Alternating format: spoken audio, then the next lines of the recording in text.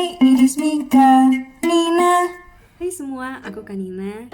Nah, seperti yang kita tahu, negara kita Indonesia sedang diserang sama yang namanya COVID-19 atau yang sering kita sebut sebagai coronavirus. Pengalaman ini membuat kita harus bekerja di rumah, belajar dari rumah, bahkan ibadah di rumah. Nah, pengalaman ini membuat aku sebagai mahasiswa yang seharusnya belajar di kampus, bahkan jadi anak kos, harus pulang ke rumah dan melakukan yang namanya pembelajaran jarak jauh atau daring, yang mungkin lebih sering kita sebut sebagai belajar di rumah. Menurut aku tetap mendapatkan pembelajaran yang banyak banget, gak hanya teori. Aku belajar gimana seharusnya aku bersyukur, gimana aku menjaga kesehatan, bagaimana aku menaikkan imunitas tubuh, dan masih banyak hal lagi. So today aku bakal share ke kalian apa yang aku pelajari selama melakukan pembelajaran jarak jauh atau yang lebih sering kita sebut belajar dari rumah. Jadi pembelajaran yang aku dapat dari pengalaman belajar di rumah yaitu bagaimana cara kita mencegah diri dari penularan coronavirus. Yang pertama ada physical distancing. Nah, apa itu physical distancing? Jadi physical distancing adalah gimana kita menjaga jarak ketika kita berinteraksi dengan orang lain. Jarak yang dianjurkan adalah 0,5 sampai 2 meter. Kenapa sih kok harus ada jarak di antara kita? Nah, jangan baper dulu. Kenapa? Karena ketika kita berkomunikasi, kita akan mengeluarkan droplet dari mulut. Droplet itu apa sih? Jadi droplet itu adalah percikan cairan yang keluar dari mulut. Nah, percikan itu mengandung berbagai virus dan kuman. Jadi kita nggak mau menulari orang dan kita ketularan dari orang. Nggak mau dong. Lalu kita harus meningkatkan imun tubuh.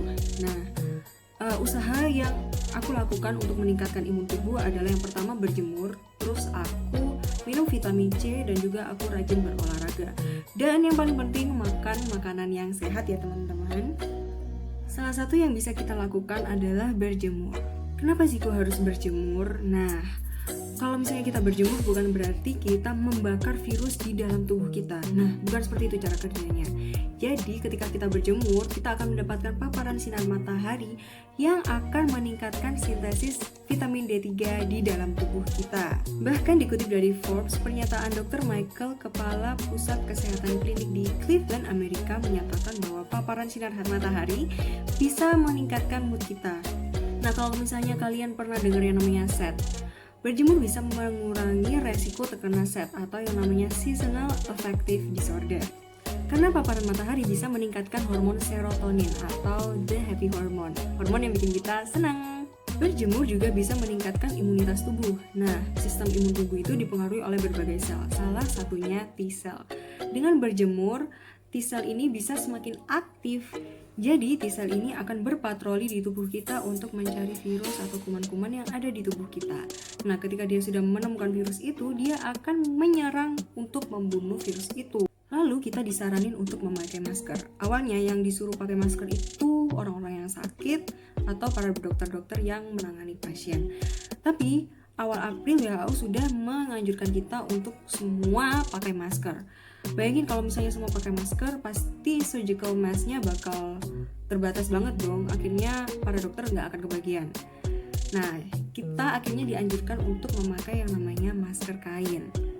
Dilansir dari liputan6.com, efektivitas dari masker kain ini sekitar 61%. Tapi kalau misalnya dibikin 2 lapis akan naik jadi 71%.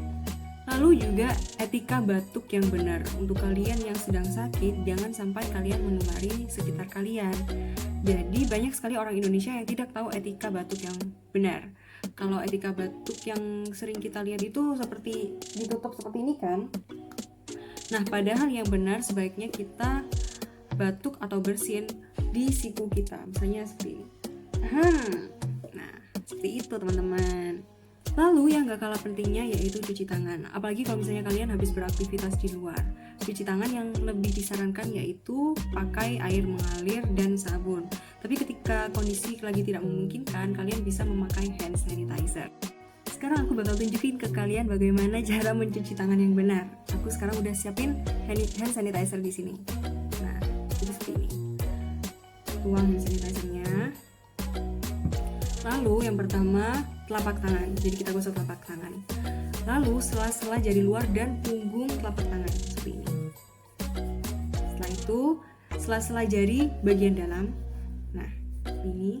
Lalu kunci telapak tangan seperti ini. Setelah itu jempol ini agak memutar-mutar seperti ini. Lalu juga kuku juga dibersihkan seperti ini. Dan yang terakhir pergelangan tangan. Seperti ini ya teman-teman. So that's it. Itu dia hal-hal yang aku pelajari ketika aku melakukan pembelajaran di rumah. Semoga bermanfaat dan bisa diaplikasikan di kehidupan sehari-hari kalian. Dan semoga coronavirus ini cepat reda, cepat selesai. Sekian pertemuan kita kali ini. Bye!